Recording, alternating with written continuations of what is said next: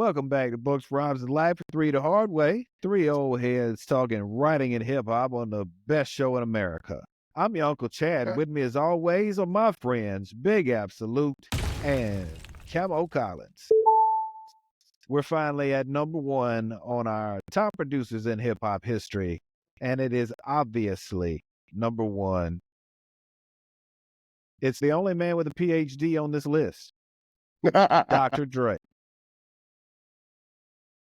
Why does Dr. Dre get to take the break that he took and still get to be number one, y'all? Because he took a long break. I don't ever hear anybody disrespect Dre in that sense and in production, anything outside of maybe Suge. I've never heard anybody say, I've actually never heard a whole ton of people say they don't like Dre or his music. I don't hear a ton of people say that. Dre's one of those people that almost becomes ubiquitous. He's everywhere.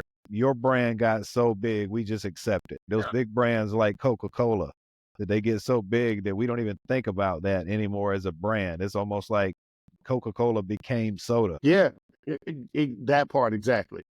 And Dre, one of those people that Dre just is so good. He just like blended into hip hop and he just became part of hip hop. You know how good Dre is?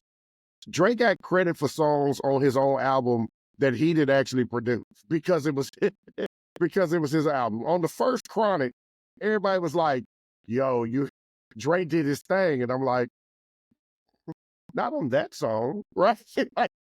He didn't do that one, but I get what you're saying. That's the aura of the Dre effect. Once he puts his name on it, it's his, no matter who worked on the project, who worked under the project. It's a Dre project. Here, I seen an interview with DJ Quick. You can also sell a beat with Dre's name on it for a lot more than you can sell it for yours. That's true. I seen an interview with DJ Quick, and DJ Quick was talking about kind of how California Love came in effect as far as the hook. They were in New York, him and DJ Pooh, and they were out there with the Dog Pound. Quick was just messing around in between sets, saying, California knows how to party, and just kind of his own version of that. And then they said they got back to Cali and they was hanging out. He said him and Corrupt was playing, I think he said Madden or something, and Tupac walks in the studio and they both put their controllers down and look like, yo, what are you doing here? Next thing you know, he's in the back with Dre, and California Love is a thing.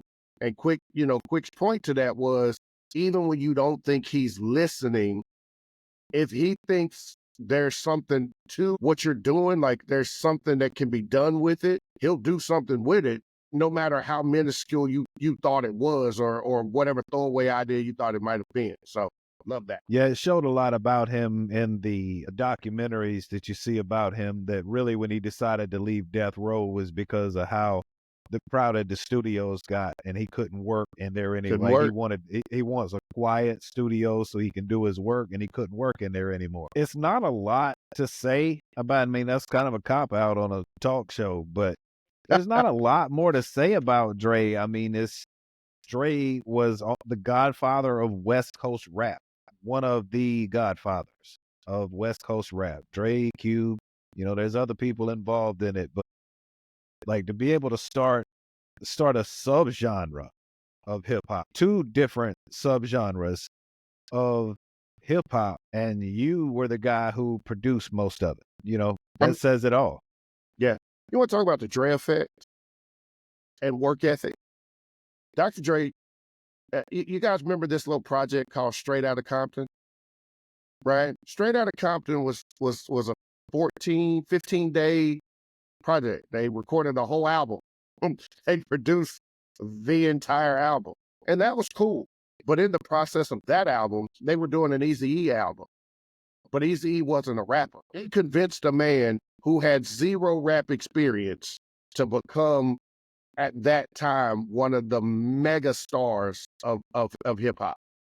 That was one of my favorite scenes in that movie too. Yeah. Yo, E, that was dope, man. Like that. When that actor finally caught that beat right, oh man, it hit so hard. Yeah, and that's, again, we talk about all of the producers on this list: Alchemist, RZA, Swiss, Timbo, Neptune.